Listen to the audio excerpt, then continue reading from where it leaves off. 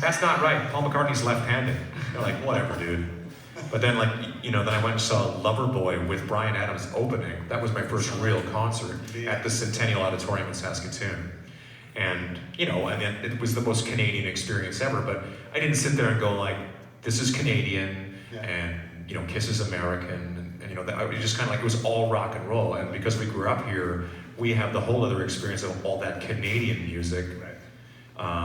A lot of which did cross over elsewhere in the world, but that's why Toque, the band, is sort of, initially I remember driving around Hollywood in Corey's car listening to Queen City Kids, a band from Regina, and we were kind of like, I had this moment where I was like looking around at other cars around us thinking like, this song is so awesome. I just can't believe that none of these people have ever heard this song, because it's the best song ever. And I thought, if we could record these songs, people everywhere would hear them. And I thought it'd be really cool for someone in Tokyo to go, I love that song, or in South America. And it happens every day now. You know, we get messages from, this is my favorite song. And they would never have heard Dance by the Queen City Kids had we not recorded it, you know. There was no internet. There was no internet back then, exactly. Yeah. If they'd recorded it then, or you know, if they were around today, it would be a different animal. But that's kind of the benefit and curse of the modern day music thing. Totally. So. Yeah, that's really funny driving around like that and saying, wow, these people have never heard this. No, I music know. that I grew up and it's so awesome. Yeah, no, that's what we. Oh, it really is. Absolutely. So I know someone's going to ask this question, and it's kind of the long-winded question of them all. But how, and you can go through and give this short version, you don't have to give the long versions, but how does a guy from Moose Jaw end up playing with Shania Twain and Kelly Clarkson? You know, how does that even work? Like, are you on the road at 12 and then like you just... The funniest thing is I remember having the, what was the album before you toured with her? I remember playing like The Woman in Me. Oh yeah. I had the record and I go, have you heard this Shania Twain record? And I was over at his house in Vancouver. And I go, check this out. And out. he was playing The Woman in Me. Yeah, I remember thinking it was really cool. And we were analyzing Any Man of Mine, or like musicians. We're talking about the way the drums would go into like the polka beat in the chorus, and then it would be the doo-doo-ka in the verse. Big Def Leppard, like. I remember that exact conversation. It was amazing. Yeah. I don't picture you guys sitting around listening to Shania records. I know, we did. My girlfriend at the time had it, and I was like, wow, what is this? And I was like, it's country, but it has all these like, exactly what it is. It was Def Leppard. It's like Mutt Lange's influence was so like, and I go, have you heard this yet? Because it's like really interesting that there's all these harmonies and this cool stuff. And then like a year later or 2 years later, he suddenly sends me a message or says me, I just got a call from Shania Twain to go down and try out for her. And I go, dude, you gotta go. But Corey, I remember even at the time you were kind of on the fence about it, like, nah. Weren't you going to school? Well, I just started a new job in computer animation. I actually stopped playing music because I was burnt out playing in the clubs. And I went back to school, did a degree in computer animation, got a great job working on Beast Wars Transformers. It's like a syndicate. I actually was in Canada. It was called Beasties because they didn't think wars would be a good thing for kids to. And you can see that. But anyway, everywhere else in the world is Beast Wars Transformers.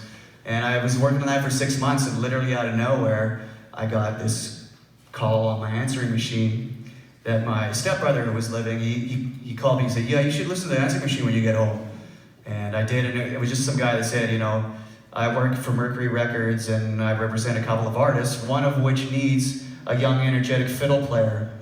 And I was like, who's on Mercury Records now?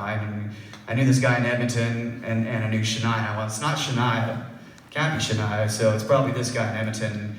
And I just got out of that whole scene, and I didn't think that I would, you know, I was trying to work towards my future of not working check to check. And so I didn't even call back. I just kind of forgot about it, to be honest. Luckily, the guy calls back, you know, a couple days later, and he goes, look, I was a little discreet about who it's for, but it's for Shania, so you really should call. And of course, I called him. It was probably midnight in Vancouver, so it was like 3 in the morning, Toronto time, and just to make sure he had it on his answering machine that I did get it, and I was interested. And I think 3 days later, I had sent him my 8x10 and CD, and they sent it to Shania and Mutt, and they reviewed it, and I got a call from the tour manager, and they said, hey, would you like to come and do an audition on the David Letterman show? And that was December '97. But the funny thing was that I grew up knowing Corey Churko, the lead guitar player. Like he was like the smoking, like he was playing the Crazy Train solo, or the jump solo from Van Halen and all that stuff when he was like 14 or whatever. We were like, oh my God, this kid. So we kind of, because we were always touring musicians, we kind of lose track of each other for 6 months, a year at a time here and there. So I remember being in Vancouver down at English Bay, the beach, and I'm just sort of sitting there, and there's some guy busking, like kind of to where the back of the room is. There's some guy playing fiddle and just tearing it up, and I'm going, and my girlfriend at the time goes, is that Corey Churko? I go, Corey Churko doesn't play fiddle, you idiot. No, I didn't say it like that. I didn't say idiot. Well, you might have. She's his previous girlfriend. I'm just kidding, yeah. Well, that's why she broke up with me over the Corey Churko incident. No, and I go, no, he doesn't play fiddle. And then she goes to get a drink at the concession stand, comes back and goes, that's Corey Churko. I go, how is Corey Churko playing fiddle like that? Like the devil went down to Georgia and all that. And I'm like, dude, and we kind of, because we lost track of each other for a minute there, and then I go, what's going on? How did you? He goes, I just picked it up, because he kicks things up. That's how I put myself through computer animation school, was by busking, playing for spare change on the streets in Vancouver at the bus terminals and the C-bus terminal. And that's kind of how I learned to play fiddle, because guitar players are a dime a dozen on the streets, you know, playing Neil Young, whatever. He would show up at like the hockey games and be playing in the stands. He'd be like, well, I got ladies that and gig. gentlemen, Corey Churko. Yeah, I was a Vancouver Canucks fiddle player for a couple seasons, but I got that gig playing on the street. Somebody saw me in the C-bus terminal, and that's where I learned to play fiddle, was on the street. And looking back, if I hadn't done that and that call came, so wait, who recommended you, ready. Corey? Who recommended? So, who got someone to call you on behalf of Shania? In Vancouver, there is a magazine in all the country clubs that's free. You know, you pick it up, you open it up, and you look at what's happening in town. So the editor of that magazine knew my band from when we played all those clubs in Vancouver, and somebody from the record company asked her, because she was kind of in the know, right, because of all these bands that used her magazine to advertise and stuff. She goes, oh, I saw this kid play fiddle in the Underground Outlaws. That was the name of the band. But when she saw me, I only played one song. I only knew one song. What song was it? And I only played it when everybody was drunk at the end of the night. When it didn't matter, I could just go, and then they'd go crazy. It didn't matter. What song was that? It was the Orange Blossom Special. All right. It's ripping fast.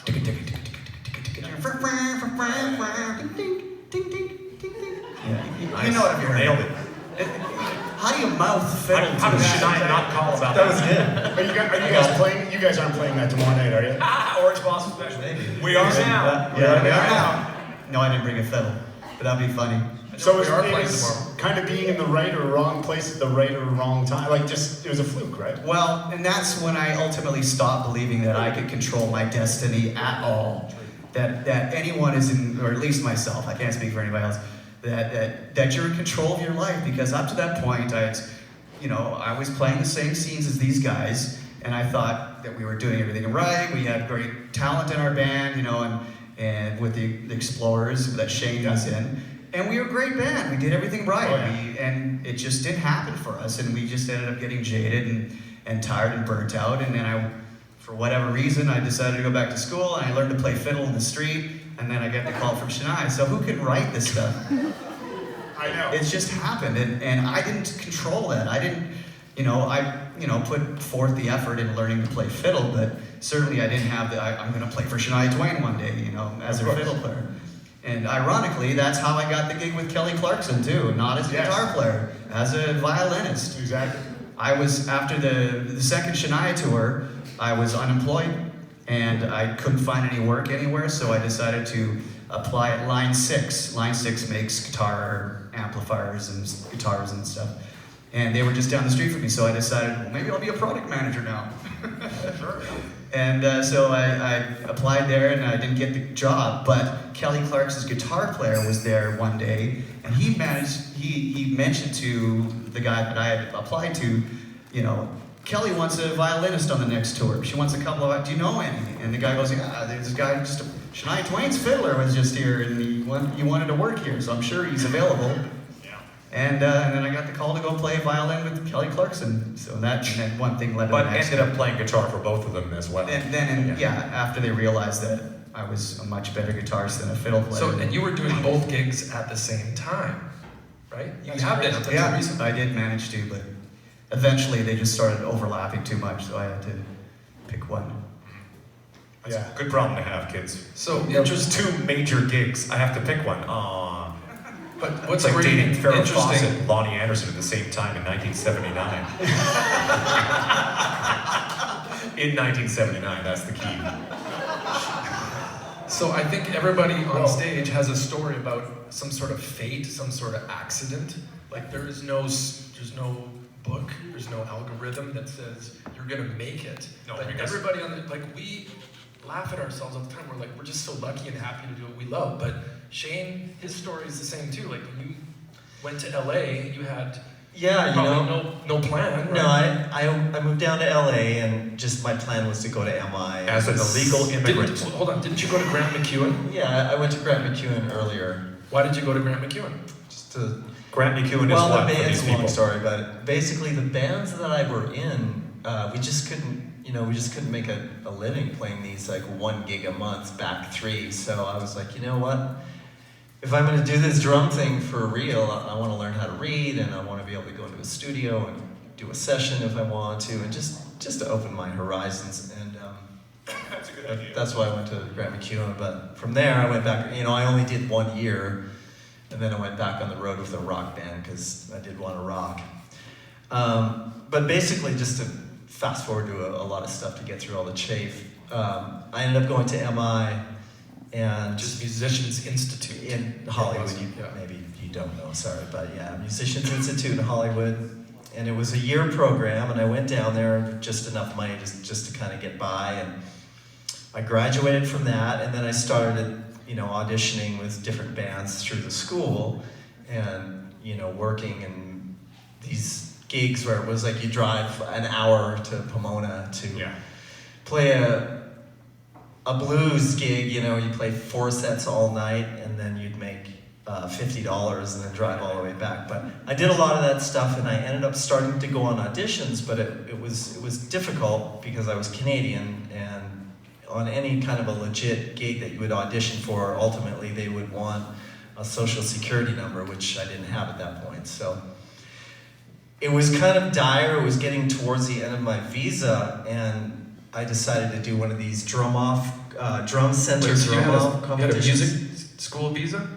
Just Yeah. I had a couple different visas. I'm learning this too. I didn't know all your. Basically, I couldn't really work unless it was through the school or something affiliated with the school. So it was a challenge to make enough money to exist. So, and then ultimately your visa is going to run out. So I did one of these. It was a drum competition at a drum center in California, which is Was drum there, centers all over the was there a US. swimsuit portion of that competition? Because you rocked that. Anyway, it was funny because I did this drum off thing, and I went to the next round. And the next round, one of the judges that was judging this competition was Dean Castronova. Ah, Who was, we just saw the other day. Yeah. Dean Castronova from Journey and a bunch of other things, yeah. And back in those days, he was like one of the main cats. I mean, he was like a very sought-after drummer in the early 90s, mid-90s. And so I finished doing my little drum solo thing, and I finished. And then after the whole event was over, I walked up to Dean because he was one of my mentors, and I was just like, "Hi, Dean. I used to worship all your drumming, and especially in college." And he goes, "Oh man, what's your number? Can I get your number from you?" And I didn't have a cell phone then. It was like my number where it was just a landline that I had at my place. So I'm like, "Yeah, okay, here's my number." Like, Dean Castanova's really gonna call me? He's like, "No, man, I'm gonna turn you on to all kinds of stuff. I take all kinds of work that I can't do." So it was like, literally 3 days later, I started getting calls from all these bands Wow. to go audition. And one of them was Yngwie Malmsteen. That was kind of the first Yngwie J. Malmsteen. Yngwie J. Malmsteen. He called me up, and I remember picking up the phone. He's like, "Shane, what's your last name?" I'm like, "Gaulis." And he goes, "This is Yngwie J. Malmsteen." Yeah, right. It's Yngwie J. Malmsteen. And he goes, "Yeah." Told me that Dean Castronova actually recommended me for the gig. Wow. And then it was like, can you come to Florida like in 3 days? I'm like, yeah. And at that Always point, say my yes. visa was I was like planning on having to come back to Canada. So I flew down to Florida to do the audition, and I just went But down. didn't you play guitar for him or something as well? You know what's funny? I played guitar a lot in those days, and Everybody in this band is multi-instrumentalist. That's I was. I went to I flew down there and I went to the audition. Ingve hadn't arrived yet, so it was just some of the crew guys that were in there, and Barry, bass player in the band at the time, and myself. And I picked up Ingve's guitar, which I didn't really realize. But in those days, we just pick up everybody's axes. It wasn't a big deal in our, Anyway, so I picked up his axe and I started playing Far Beyond the Sun. And Is that an Ingve song? yeah, Really?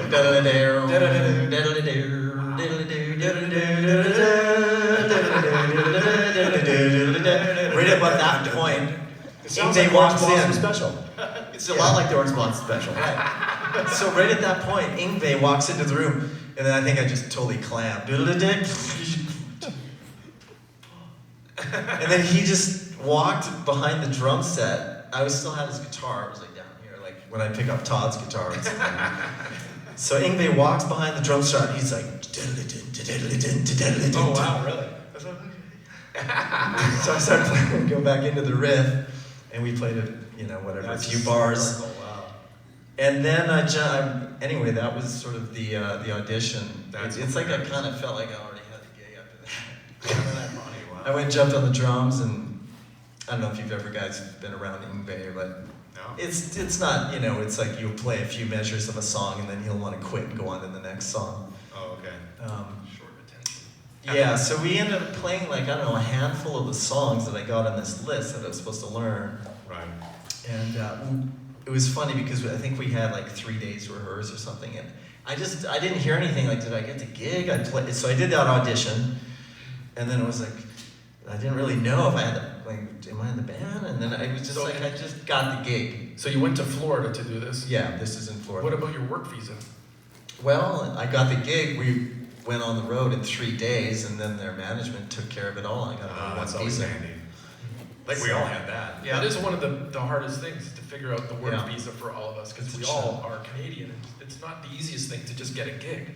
You actually have to be legal in some ways. One of the biggest conversations I have in the United States, almost getting into an Uber with anybody, is, so how did you get here? Yeah. People are always from England or wherever, somewhere else, and I'm like, so, because we're always swapping immigration stories, Because I was one of those guys, like, I'm not going down to the States unless it's on the up and up. I mean, I had a whole career in Canada, as everybody knows, so at the time when I went down there, I was kind of like, I had the opportunity to do a bunch of other things down there, and I was like, I'll gladly come down and do it, but I want to make sure it's visas, and I'm not going to go down there and, be that guy, like sleeping on. Well, that's a one-time thing, right? If Yeah, you go exactly. sideways, To me, it was like- you'll never work in this country again. But we all know a lot of people who go down to the States and, they're there, not on the up and up and have to figure it out, which, we all kind of figured out eventually. You did have a visa though when you were working. Yeah. We met again in Vegas in, Yeah. I don't know, 2009? We crossed paths, same as everybody else here, probably in the late 80s, just crossing paths, but Brent and I would lose track of each other all the time too, and then we would reconnect and then lose each other, and then when I went to Vegas in 2006 officially, I was kind of in and out from 2003 to 2006, but officially I kind of landed there in 2006. Fitz was already living there, so that's when we kind of really reconnected. And we had never played together. People always assume because we've known each other for, I don't know. But I first saw you in LA with Age of Electric on that tour, right? Yeah. Make a pest, a pet. And Yeah. I saw Age of Electric play in LA. At the Dragonfly A bunch in of us Santa Monica. Canadians were like, we gotta go see Todd. But then fast forward to seeing you in Vegas, and then, no, I saw you at a cult show. I was standing Yeah. in Hollywood at the House of Blues, and I look over, Todd Kearns. I was at an Orgy show, the band Orgy, one time in Santa Ana, California. Standing backstage, and I always hear Todd Kearns, and I go, oh, it's Brent Fitz is here, at the cult show, Todd Kearns. I think Oh, it's hey, usually Brent. though a couple prairie guys running into each other in Hollywood's just like, what's weird here? here. It's always weird, but it happens. Happens. But your visa was whatever you had in Vegas. And remember when we eventually started to work with Slash, I know they sorted you like within days. Because Yeah. we went on Jay Leno with Slash, was our first gig. Yeah, they were Within like, 2 days, we got They were kind of like, the visa I had was technically a P2, which is a yearly, Val knows all about the visa thing too, is you have to kind of renew it on a yearly basis. And then the visa that I had with Slash, at that point they were kind of like, well, we don't know if you're going to be able to play on Leno because that's not the correct paperwork. And then a bunch of people jumped through hoops of fire, and suddenly, here's your O1 visa, which is a 3-year, it's like for, hockey players have it, people like that. And so it really kind of, if I had not got the Slash gig, I would have still been on a yearly thing or had to figure it out. So, so I mean, it's the same thing. Everybody's gig here kind of built their immigration situation as well. Totally. And who was in, Brent, you were in Slash He was first, right? Yeah. He texted me one day and he goes, he went to LA to try out for Steve Stevens, for Billy Idol, I'm sorry. Hold on. We played together at the Cat Club in Hollywood together on an episode of Gene Simmons' Family Jewels with Bruce Kulick. That's and right. the next day I went out to the DW Drum Factory to meet with those guys, and I remember getting a random phone call from one of our, somebody affiliated with Slash, and he was actually calling me saying, hey, Billy Idol's looking for a drummer. Are you, I'm gonna have Steve Stevens call you. So halfway through that day, I was in the mind frame of, maybe I'm gonna get a phone call about Billy Idol. And then as I kept driving out to the DW factory, the guy calls me back and goes, hey, wait a second, I just got off the phone with Slash, and he's actually putting a new band together, and this is your lucky day. Good thing you're in LA. I'm gonna have Slash call you. And I was like, what? So in Billy a Idol day, and Slash are fighting over you. I don't think anyone from Billy Idol called me back, but Slash called me back later that day, because when he did call me, he said, hey, Brent, it's Slash. I'm like, here's the random phone call, just like, Corey's experience. Like, you just never know when someone's gonna call you, because someone else likely recommended you. But he goes, I've never met you, but I just got a call from 4 different people in town saying, that's the guy you need to call. So I had no idea that these people had even recommended me, but 4 people did. Wow. So awesome. But what happened was the fast forward of getting into a situation with Slash, we jammed, we kind of just, it feels great. So, okay, we're gonna work on this band thing. But we had a different bass player that started out in the band, and I hadn't even met Miles Kennedy, the singer, yet. And and Slash was like, we're gonna play on Leno, we're gonna do a video and stuff, but I didn't know if this was a real band, gonna be like for a month or how many years. Anyway, the bass player and the rest of the band were jamming for a couple days, and I'm like, something is not right. It just was the wrong vibe. And I didn't even know Slash, and I was kind of nervous, but I after a couple jams, 2 or 3 days of jamming, I go, hey Slash, I gotta talk to you. I remember we kind of went to the side, and I go, that guy's gotta go. And I was like, this guy's gonna either fire me on the spot or hate me. And he goes, yeah, I'm not really vibing on that guy too. I go, okay, cool, here's the guy. And I pulled out my phone, and I knew that day, I'm like, Pictures from my swimsuit. I gotta get, well, here's what's nuts. The quickest photo I could find of Todd, because I knew that day I was gonna tell Slash, I didn't think this bass player was right. Just wasn't like he was wrong, he just wasn't right. Does that make sense? He wasn't the perfect guy. Anyway, I found this picture, and Todd was wearing a Guns N' Roses shirt in the photo, but he was playing guitar. And I told Slash, I go, hey, this is the guy. I'm gonna have this guy come tomorrow. And he was like, well, let's check out Mike Inez from Alice in Chains and some of these other guys he'd worked with. I'm like, no, I got the guy. So he was cool enough to at least appease me and let me bring my guy in from Vegas. But Todd has to tell the story of when I called you for the random phone call. Of, I feel like I've told this story doing? 1,000 times, so if you've heard it before, just pretend you're interested. Well, they were going to ask the question anyway, so you might. I was sitting in Chili's, as you do in the United States, having the, is it a bloomin' onion they have for that, or is that a, don't ask the vegan. But I'm at Chili's with my father. I was buying a house in Vegas, and my father is a grown man, and I'm an idiot. So I'm like, come down and help me find a house, and he comes down, and we're looking at houses, and getting ready to close on one. And that's a very grown-up thing. That means buying a house, apparently. And we're sitting there at, eating, and my phone rings, and I pick it up, and Brent just says, hey, or maybe you texted me, I can't remember, was it an actual conversation? I think it probably was an actual conversation. And it was, can you be here in North Hollywood at noon? I was in Vegas, and they were in LA. And I go, Different cities. yeah, different cities. And I was playing in Vegas this band I had, we jammed with everybody. Anybody who came to town, they would come, we'd play their songs. I was like, if there's anything I can say for myself is that I retain a lot of useless information. So if anybody wants to sit around and talk about Star Trek later, let's have a conversation. Or Three's Company or anything like that.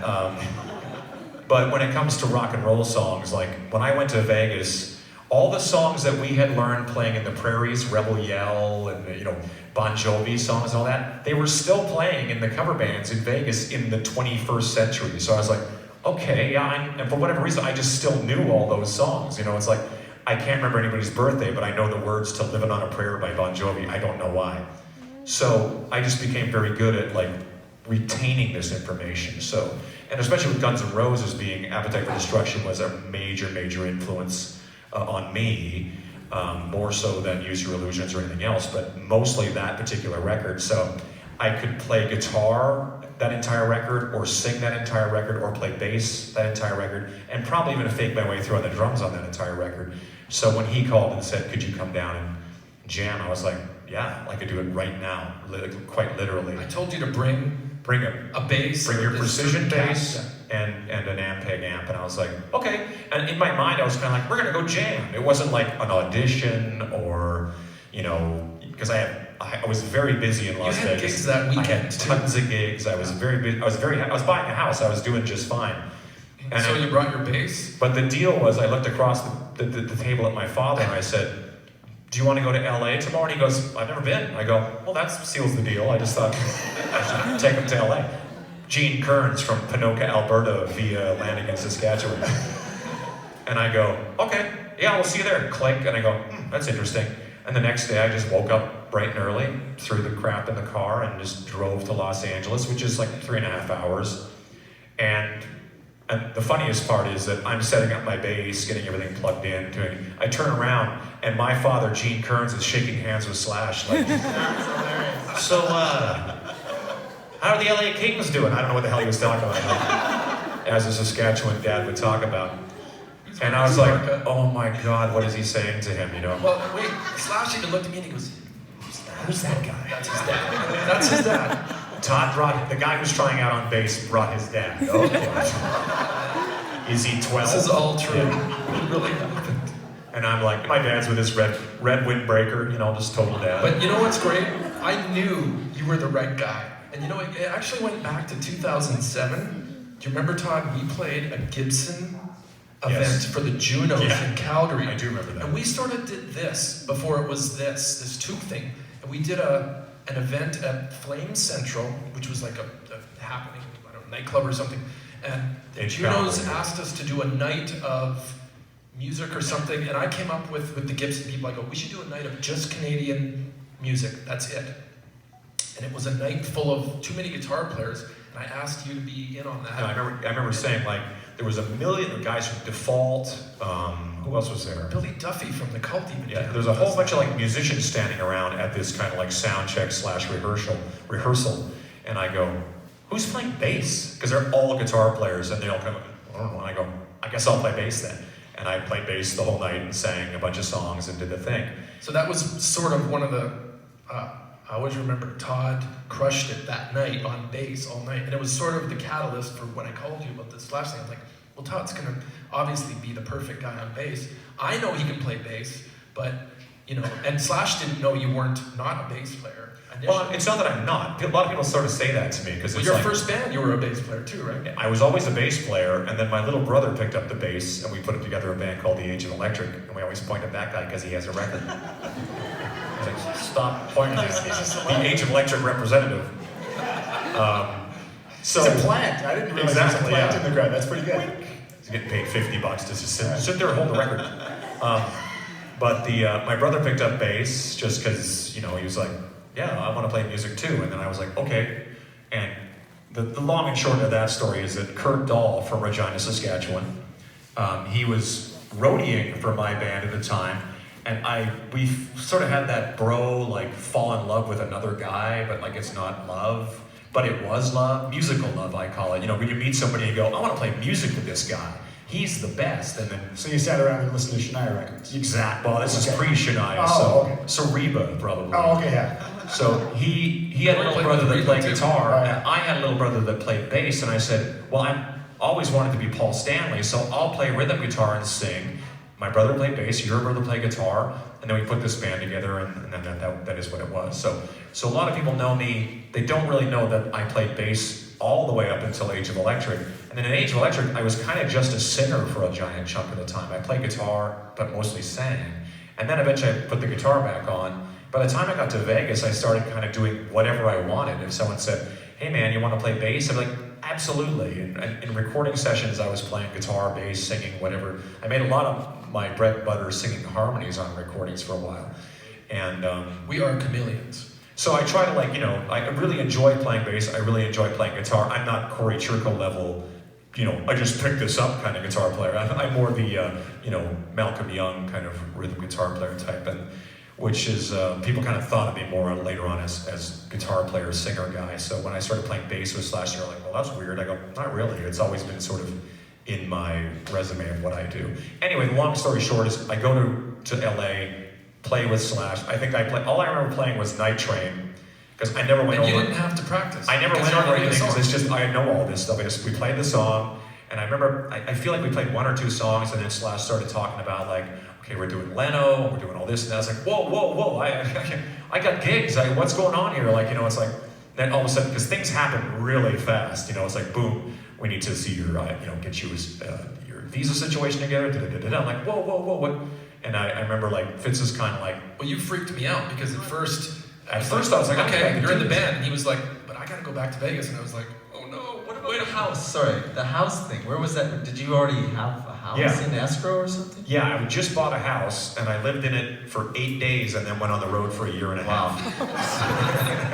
With Slash. And I would come back periodically and sleep on a couch, and then, okay, it's time to go. But, so, it happened very quickly. But the best part is my father was there in this, so he sat out in the kind of this waiting area while I was playing with Slash, and I'd come out there, and Fitz is trying to talk me into doing this, and I'm like, I don't know, dude, I got a lot going on. I had a really good life in Vegas. For the first time in my life, I was not on the road. I was sleeping in my own bed on a nightly basis and just playing around town, having a blast. So I'd kind of gotten used to it in a lot of ways, just spoiled by this kind of like very, routine type thing, And then I remember my dad's advice was, well, you've been playing in the minors long enough, maybe it's time to get in the majors. Always hockey reference. And I remember being like, okay, fine. And then the next week we're on Jay Leno, and then, But I was being selfish because and that was almost 9 years ago, so. I wanted to be in a band with another Prairie guy, and I thought, well, Slash can have anybody he wants in the entire world, but he's got 2 Prairie guys in his band now. That's right. He doesn't even know what that is, but he has 2 of them. So. He does oddly know what that is now, which is the funniest Well, thing. I think more recently he heard the Toque record. You played Yeah. it for him. Yeah. He was like, "This stuff's great. He kept, Sounds awesome." he kept texting us like, oh, are these all Canadian songs? Is that you singing? He still forgets. And the Brent talk. plays bass on this? And like every random thing. So yes, that's us. This is really good. This is really great. So when Slash adds a fiddle player, you're probably out for it. Done. Yes, you're in. Good. Okay, great. Play the solo to Sweet Child of Mine. Did you play fiddle with Reba? I did. Yeah, there's another gig you did though. Yeah. Reba McIntyre. That was a residual gig from Kelly. Yeah. We did a Kelly Clarkson and Reba McIntyre double bill tour, and after that tour was fizzling out, I said to the music director, I said, hey, I'm going to be off looking for work for 6-9 months, and I said I'd love to play with you guys if you want to keep me on, and they said great. So I played with her for about 9 months. Yeah. Sometimes you have to say it. I've noticed that us guys. Yeah. If you say, "Hey, I'm available," someone will actually go, "Oh, I didn't know you were available. I thought you were like." Playing We've all the always time. had these big gigs, but it's sometimes it's like nice to remind people, like, "Hey, I'm happy to play on a record." That's actually pretty key, I think, because there's a lot of guys I know who are like, no one calls me because they heard I'm in Whitesnake or whatever band they happen to be playing with, but Whitesnake only works X amount of months of the year, and so I never get called because they go, oh, he's busy, and then they, but then you're sitting at home going like, I'm available, Yeah. While we're on the Reba I've got another question here, but while we're on the Reba McIntyre thing, you want to tell everybody the story about falling on her head? You It's fell a really on good. it? It's a really good story. Have you guys fell heard on this story? It's a really good story. It's great. No, nobody's heard this one? don't think so. Oh, it's classic. So What on, did you do? on the Kelly Clarkson Reba tour, we had a 3-leveled stage, and at the beginning of the night, my spot was down here on the lowest level, and the drums and bass guitar were on the top level. And I would always start up at the top level and just kind of fist bump everybody. The curtain's down, so nobody in the audience can see. So fist bump, have a good show, yeah, see you at the end. And then I would go and walk to my position. Well, this particular night, the house lights went off, boom, prematurely. And I'm like, oh, show's starting, I gotta go. And I just kind of panicked, and the light, you know, when lights go out and you can't see for a second until your eyes adjust, it was like that. It was like pitch black. I knew my spot was kitty corner, down diagonally, corner of the stage, and I just went the way the crow flies towards that spot, not realizing that in between that spot was a elevator that was lowered. So basically a big hole in a 3-level stage. And I stepped right into the hole, into the darkness, and landed on Reba and Kelly's head. No way. No way. Yes, I haven't told you guys this? Never. Luckily, Yes. Corey Churko weighs 80 pounds, so that's what it is. Well, I had a Les Paul on as well. Oh. Very heavy guitar. I fell in there. Reba took the brunt of the force, but I had no idea what was going on still, because I was like, I wasn't hurt at all. This is starting the show before anything? The intro music had started, and as soon as this happened, the stage manager goes, stop the show, but the music had already started, like the grand entrance music, and Wow. you know, the show must go on. So I'm like, oh my God, I'm so sorry, oh my God. And I remember Kelly had my leg like this. She was holding my leg, and Reba was kind of like, you know, I was flustered, so I just knew the show was going on, and I still had to get to that spot on stage. So I kind of was like, I'm so sorry, and I ran all the way around to the front of the stage, got on, not knowing the damage that could be, you know, going on with Reba. And I didn't know if I'd cut her Damaging with the talent. yeah, cut her with my strings on my headstock, you know, or just like bashed her in the head with my. I didn't know what happened. I just knew I fell in a hole. So the curtain's going up, the lights are coming up, and Kelly and Reba are coming up this elevator, and I'm like, oh God, is gonna be blood running down her face or something? And I look back, and she's like, she's just business as usual. Yeah, She didn't even look over at me. She's like, a pro, that's yeah, why. She didn't get hurt, so... But she was like, you know, fixing her hair. Oh my God. And somebody looked over and said, you're fired or something, but, you know, just jokingly, luckily I wasn't fired, but Wow. she had to That's a see a good story. chiropractor the next day. And You she'll never forget me. Yeah, exactly. That's right. That's a good story, right? You'll always remember the prairies. Yeah. That little guitar player fell on me. She probably tells that same story to people. I'm sure it's the only time it's ever happened. It could have been very bad. I mean, I didn't get hurt at all, but I could have been very bad. Oh, totally, as well. absolutely. Of course, she could have been really hurt. Could have been 3 bodies on the platform as it goes Totally, up. yeah. Yeah, that multi-platform stuff, people are always falling off those kind of stages all the time. Yeah. Drum risers. How's our time? You okay, guys? Yeah, I've got a couple. Do you more need us to questions write? quick. Do you need us to write notes that you don't have to go to school tomorrow? Yeah, I think they're. I think they're all, Epstein's they all mom. got passes. They all got passes from their teachers. That happens here. You don't have to go to school. So in this band too, which is a very interesting band, you guys, Brendan said, you guys are chameleons, right? And I think that's not really a prairies thing, but I find a lot of players on the prairies play multiple instruments, Absolutely. right? So in this band, in Slash's band, Brent plays drums and Todd plays bass. In this band, Brent plays bass and Todd plays guitar, Yeah. right? But sometimes, if someone can't make it, Brent will play drums, and things will switch around. Shane could play bass too. Yeah, So we're sort of interchangeable. We all sing. yeah. That's one thing. All You really three should guys see can us sing. dance, mostly. You don't want to see that. That's very, very funny. It's great. It's great though, and I know that like a lot of my students don't just play drums. They'll play guitar in a band, or they'll sing with these guys, and I don't know. I think it's- that's part of just like loving music so I think much. so, yeah. When I say like Appetite for Destruction or Kiss or the Ramones or the bands that I loved, I would learn like the songs and on whichever instrument I was happy to be playing, and I'd go, you just kind of would instinctually know how the bass part went or how the drums went or how the vocals went.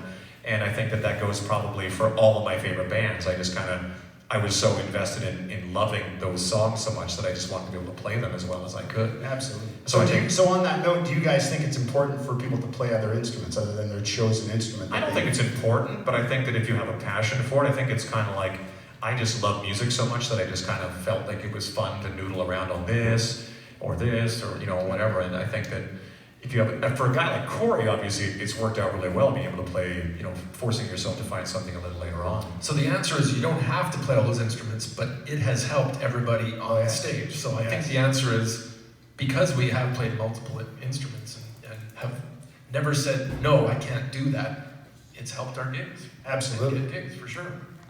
It's no doubt. Yeah, I said this the other day that I think for myself it's been very valuable for me to be able to play a lot of different things because I slipped into different things, Because in the course of a show, you're playing mandolin or guitar. Exactly. Or I'm even a Wait bass minute, player on the I Shania saw you show dance. and a couple Corey, we just saw you with Shania in Vegas. Yeah. And you were dancing. Or you were And doing I was a something dancer. Exactly. And I tried. I missed that. Isn't there a video on the Instagram? Didn't you put up a... Yeah, I post said, of, here's the proof. I could put dancer on my resume now. But That's amazing. yeah, I tried to get on that, but it didn't work out so well. But anyway, the point I was trying to make is it is great if you can do a lot of different things, or if you're going to do one thing, you better be the best at it. Yeah. True. That's absolutely true. So I have 5 quick Canadian questions for you guys. Just pick one of the answers. Doesn't matter. And I don't think it goes back before your time. So just yell out your answers as we go down the line. SCTV or Bizarre? Ooh, both. SCTV for me. SCTV for me. But Bizarre had Super Dave Osborne, so that is a bit tough. But I'll say That's a SCTV. tough one. Yeah. You said SCTV, yeah. Or yeah. Bizarre, yeah. Yeah, SCTV. SCTV. They're both great. Very good. That's the most Canadian. Oh, they're both good. That's very polite. That's the answer. They are, yeah. I don't want to bum out John Biner. Rush or Max Webster? Rush. But I love Max Webster, but Rush. You have to give it to Rush. That's like a 40 years of nothing but solid gold. Why do we throw Max Webster under the bus? I don't know. No, I didn't mean to do that. It was just I just thought it was I do love Let Go the Line. Let go the line. It's the But it's weirdest not- song ever. Yeah. I never knew that was them for the longest I time. know. Max And Webster. Kim was not singing that song. It was a kid. No, that's right. It was not a Kim Mitchell lead vocal. Look at us dorking it. All these kids are like, nah, I don't know what any of that is. exactly. This is more for the adults. NHL or CFL? NHL. Always NHL, but right now CFL. Yeah.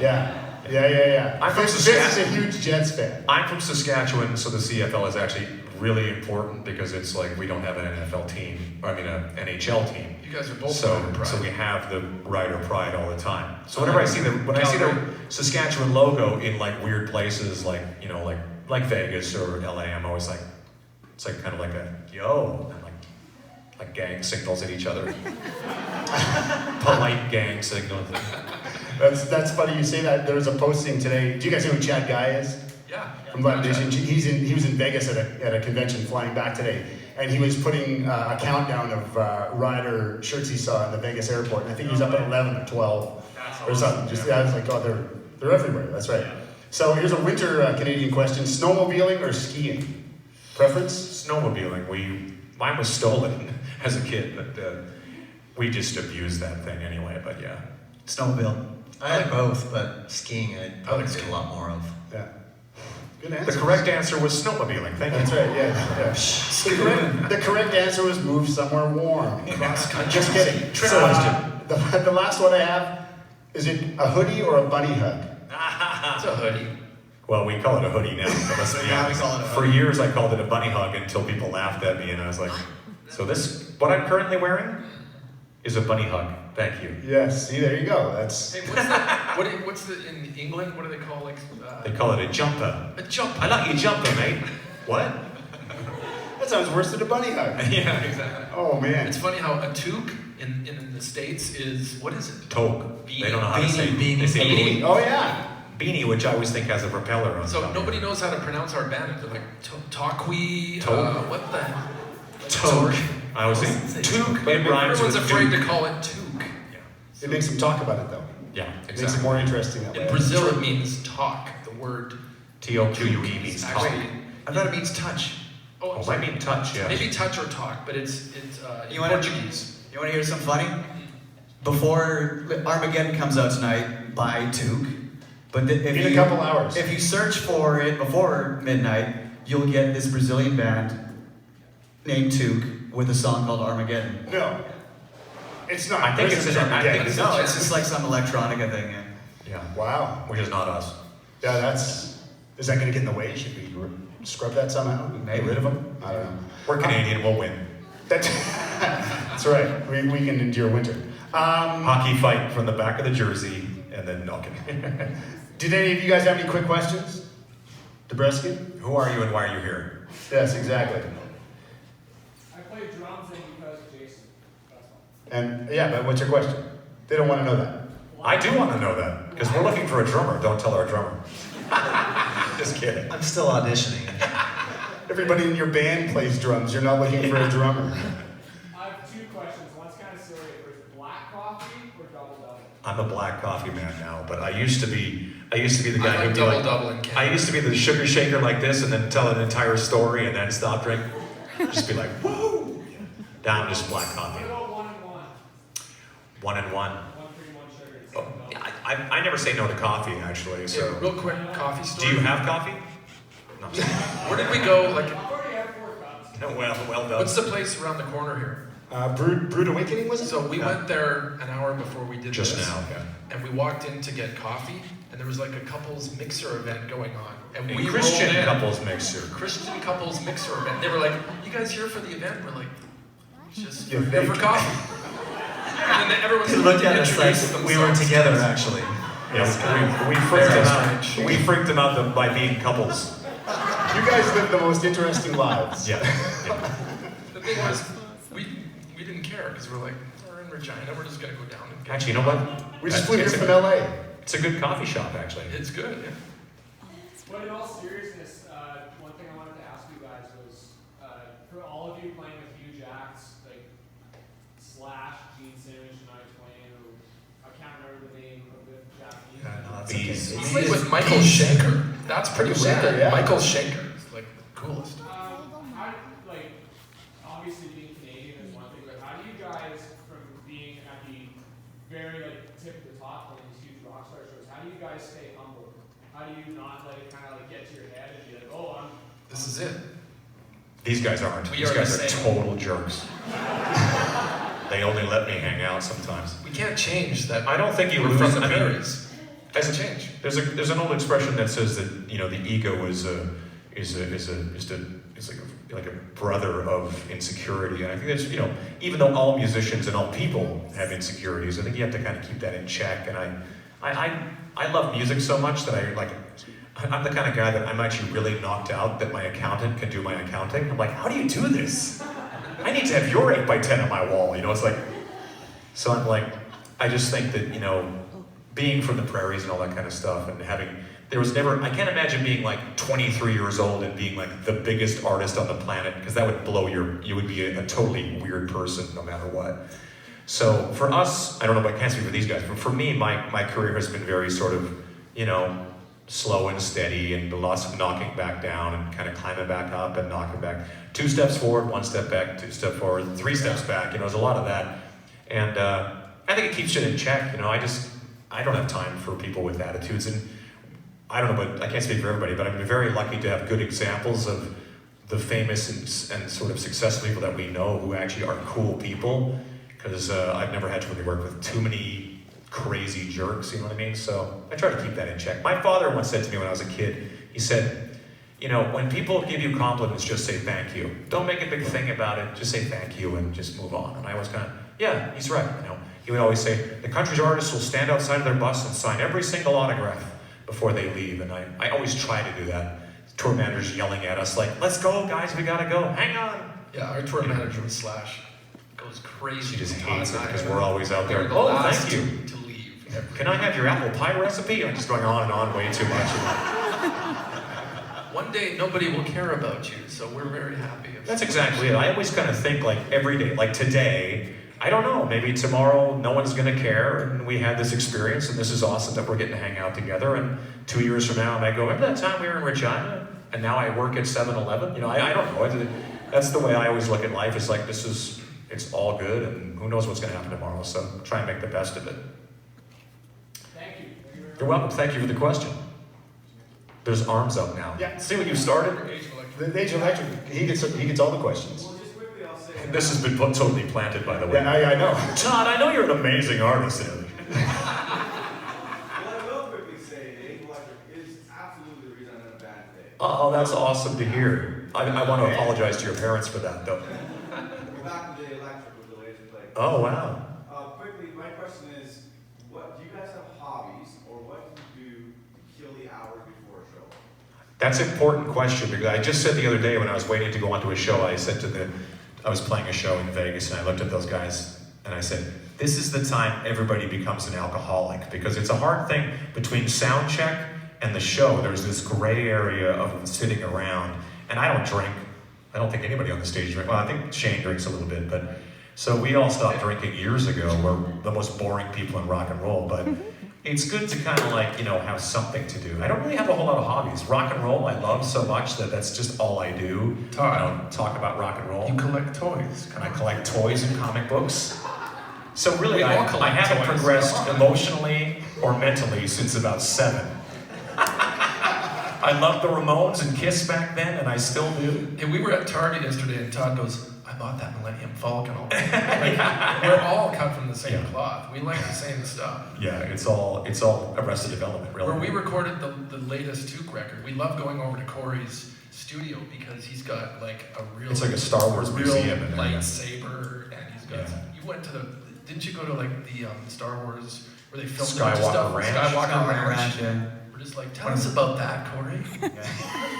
And Corey just goes We're just- off about The Last Jedi for 2 hours. Like, what the hell Don't are they get me thinking? started. Did we talk about that last time I was with you? About the last jet? Or no, that wasn't.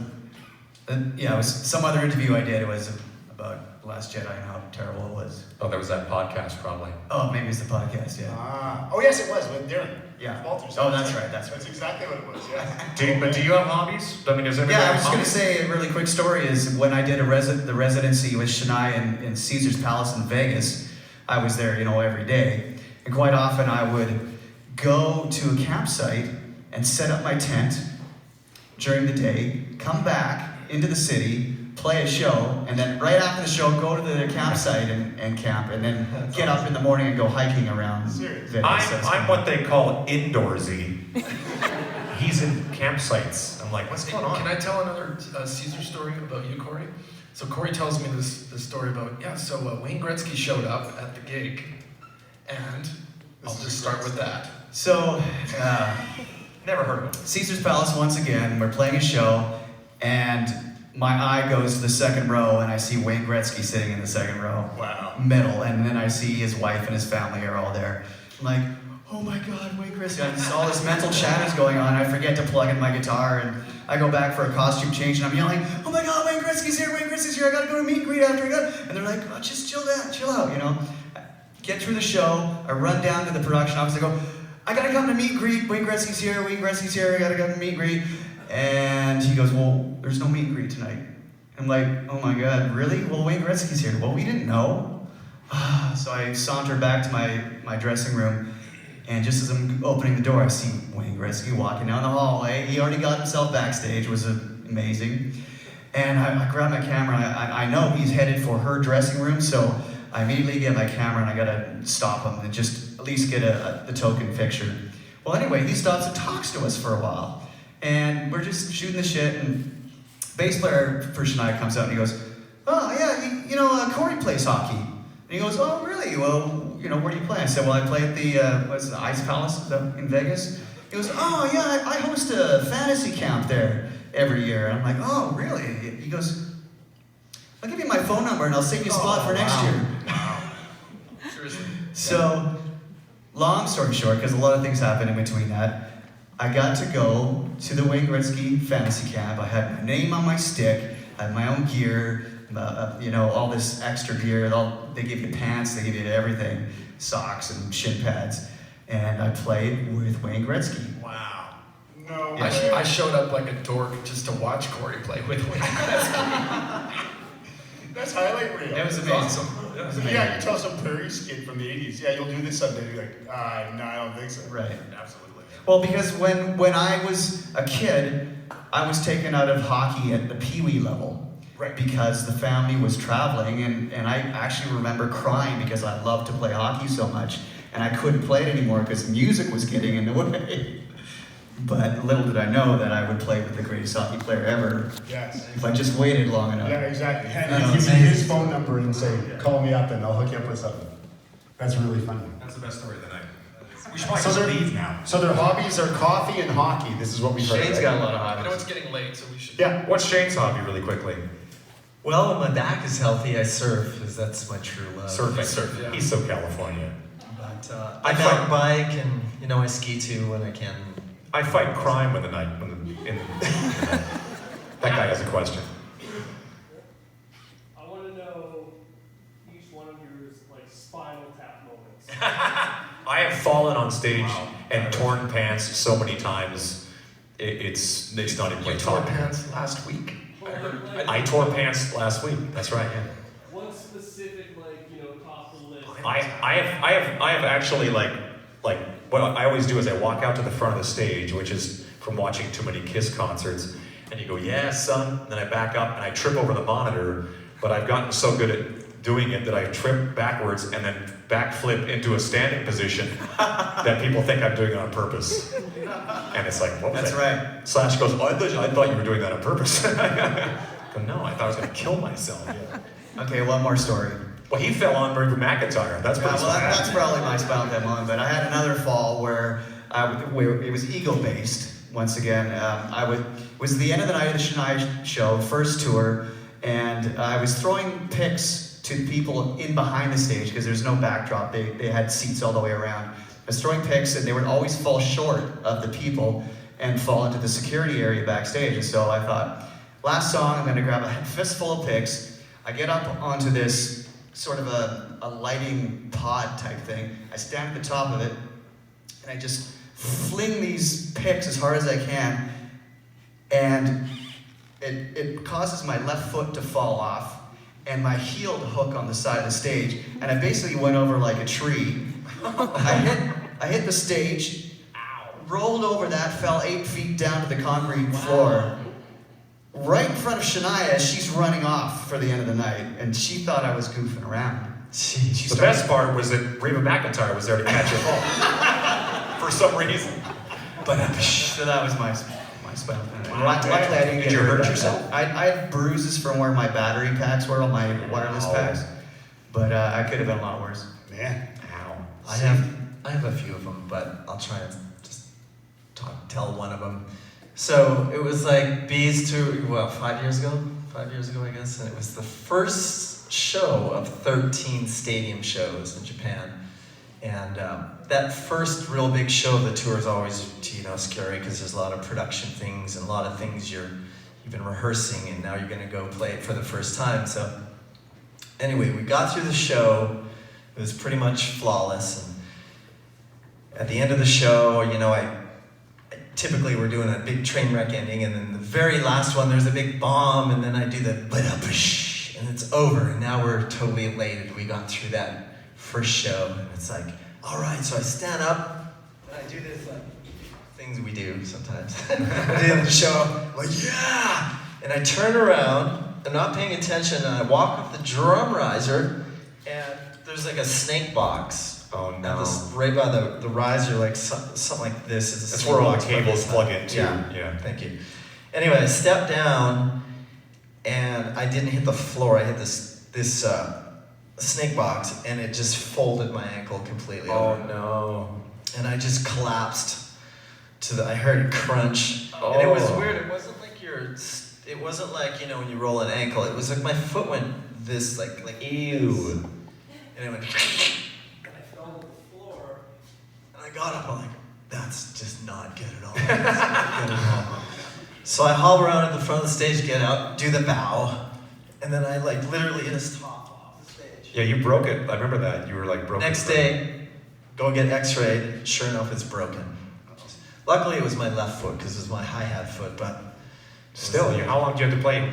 Was it in the cast? Yeah, it was 13 shows. So it was Dang. incrementally we changed, it started out with a cast, and then it went from just a sort of a rap, and then it started with actually a snowboard boot, and they dressed it up to look like a Converse to match my right shoe. And then it actually went, so after I got the boot off, after a couple of 3 shows or something, it went to an oversized Converse with a cast inside that. And then, but I couldn't really play, I couldn't finesse the hi-hat. It was just more of this club hitting the hi-hat.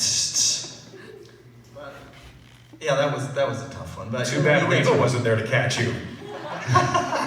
Take that, Reba McEntire.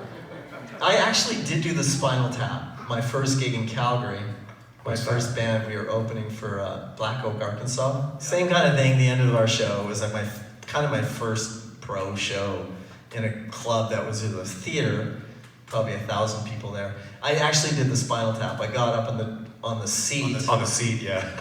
And I was so excited, I remember, and I was like, and I totally lost it. The stool went over. I had one foot on the floor tom. The floor tom gave out, and then the stool went, and I just completely collapsed the whole drum set. It was just like full-on Spinal Tap. One time when the age of electric was electric, in this town, at a place called Shooters, I believe. I think that was the name of that club. That was, yeah. I remember we got on stage. It was our big first return, one of the first returns to Regina, when it was like, we were out doing Alberta and coming home, big deal. And I remember I was just the frontman singer back then. I remember I grabbed my microphone stand and I did some kind of move where I grabbed it and went, and the wireless microphone went, like we hadn't played one song yet. We had opened with this song called Walking the Dog it's an Aerosmith song, but it's an old Rufus Thomas blues song. Bow, bow, and I grab it and it goes, and it goes like flying off stage left, and it lands and it goes, and whenever you break a wireless instrument, it makes the most horrific noise. So it was just like, I was like, oh, we'll be right back. Dead silence, and then walk off, try to come back again and do it again. I was like, oh man. But you have to have these things. We saw Kiss. I've seen Kiss so many times, and we've seen multiple Spinal Tap moments with. Does everybody know what Spinal Tap is? Spinal Tap. It's a movie. You should all watch it. Basically a parody of the music business, and it's a brilliant movie in its own right because now it's matured into a classic. But at the time, it came out in the early '80s. But it's all of our worst nightmares. That's why we're saying tell a nightmare story about being on tour, because everything that is a disaster happened to the band in the movie. And it's all relevant we all just to say, this day. It's a Spinal Tap moment.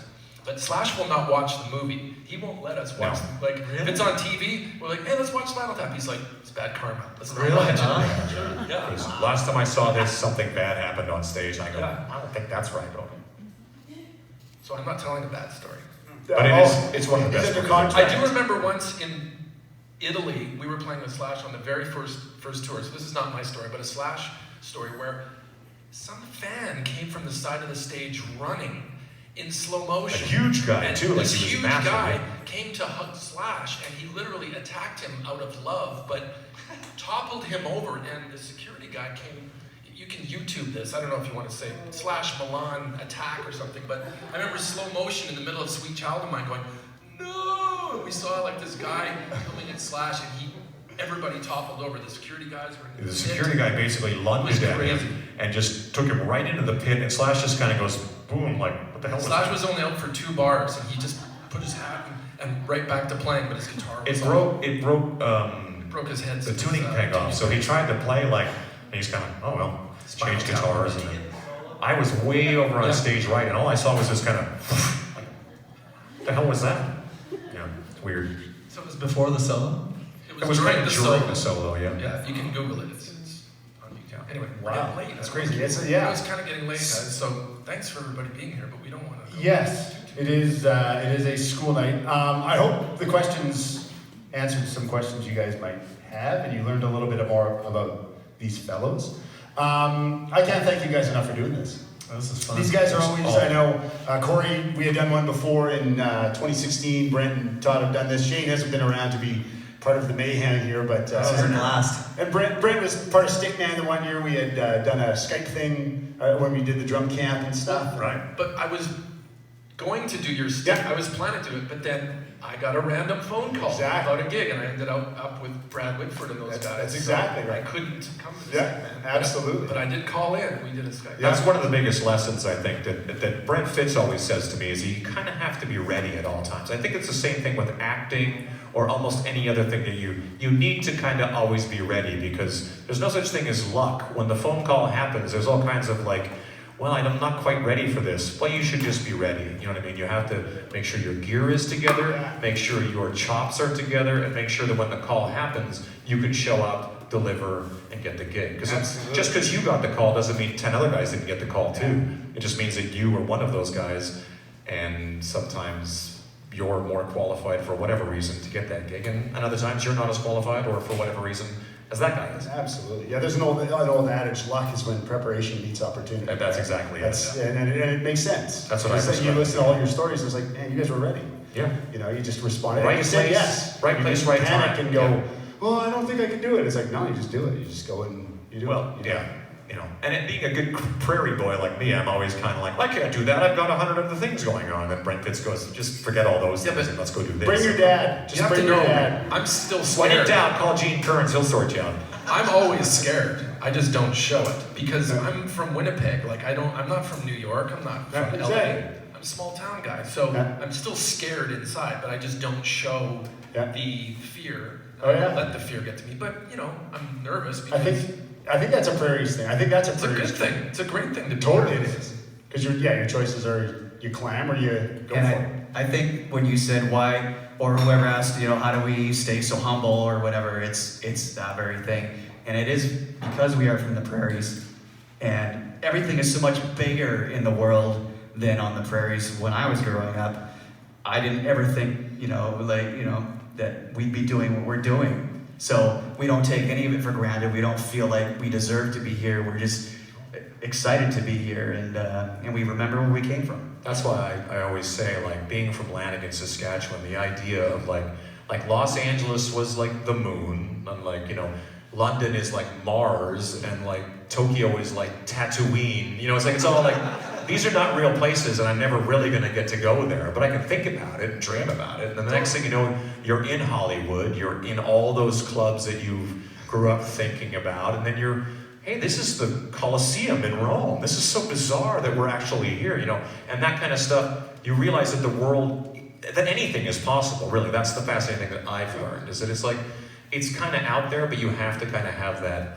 We've all made the crazy sacrifices as far as all of the great, awesome things about this. It also means you have to be able to say, I want this bad enough to go, to go crazy places and seek that out. Be that Los Angeles or Vancouver or Toronto. It's kind of like the hard part for a lot of us is like, if there's a part of me that always thinks there's a parallel universe where I married my high school girlfriend, I worked at the potash mine in Lanigan, Saskatchewan, the end. And that's where I died, and had a bunch of kids, and that actually sounds awesome in and of itself, but I think that, the path that I was sort of like, I just want to do this. I never really felt like making $100 a week or whatever we were making, next to nothing, never felt like a failure, even though my family was like, are you sure about this? Like, are you, they were always looking at you with great concern, and then, but it never felt like it was failure to me. It always felt like, are you kidding? This is the best. And it still feels like the best to me, to be able to be on stage or talking to you guys or whatever we're doing is like, it's just, an absolute pleasure to be able to do any of it. Yeah, it's guaranteed. Yeah. So, if you guys want to go see Toque tomorrow night at the Turvey Center, you can go over here and see Kim. If you want any merch, or do you guys have Sharpies? Are you signing anything? Is that a thing we can do? I didn't bring any Sharpies, so I don't know if I have. I actually usually have one. We're gonna hang out. That's what we're gonna But do. if they have some merch or some shirts and stuff, so if you guys want to talk to these guys and whatever, we're just gonna wrap some things up. But I honestly can't thank you guys enough for your time. This means the Thank world you. to all of us. And, Thank you guys. and how often do you get a whole band to talk like this? So thank you. So you can hang out and chat with these guys. I'm just gonna wrap up some cables and thank you guys again.